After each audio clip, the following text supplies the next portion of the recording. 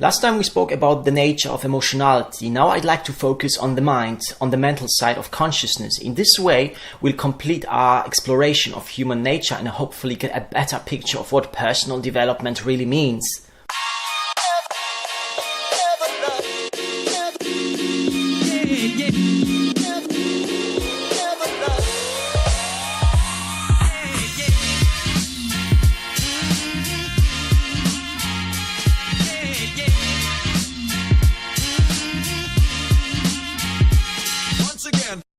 So, what is this talk about?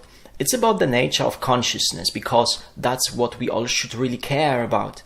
In a way, being alive means being conscious. What is consciousness?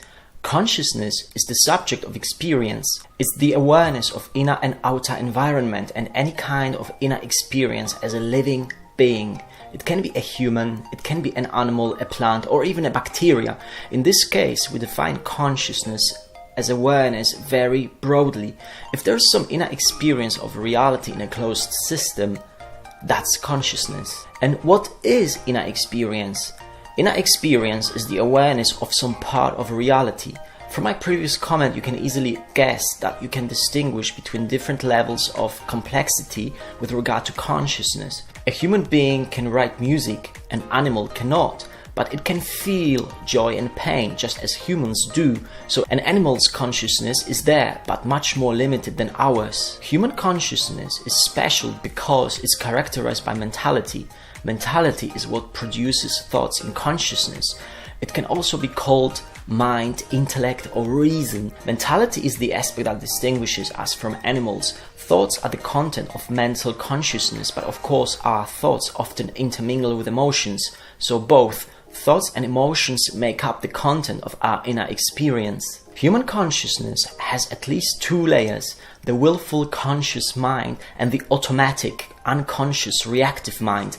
The unconscious mind processes data and builds associations. It doesn't judge because it's just a robot that records all that happens to you. It's the task of the waking consciousness to judge and make deliberate decisions, because waking consciousness is the mind, the mental and self-conscious part in us which plans, considers and reflects through thoughts. It is the part of us which we call I, me, or myself. It is the narrow focus of experience which is constantly shifting its attention, filtering out all the information outside its spotlight. Now, if thoughts are what characterizes the mind, what exactly are thoughts?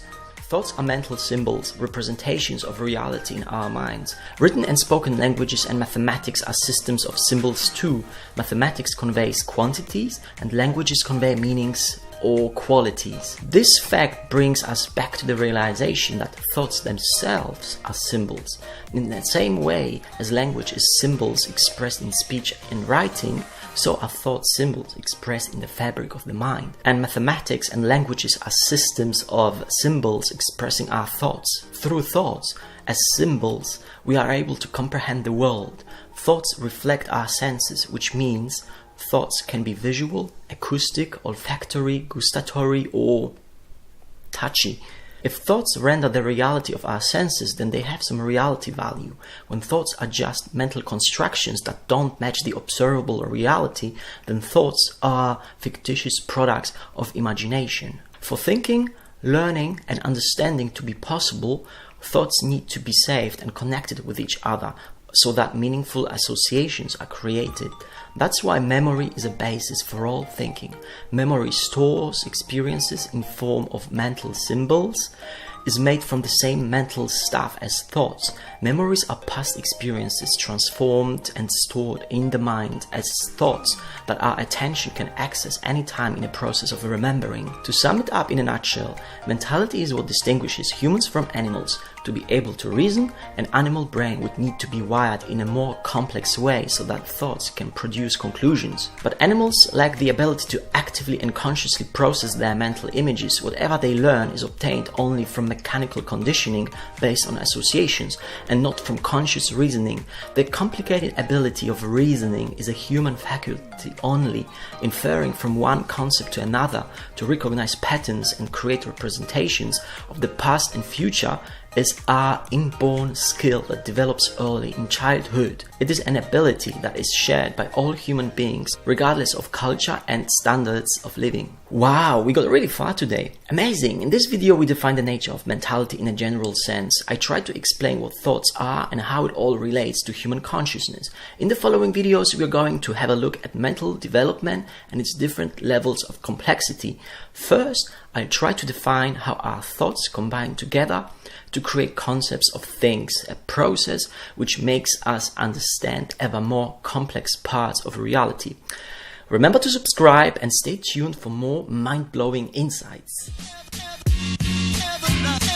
Once again,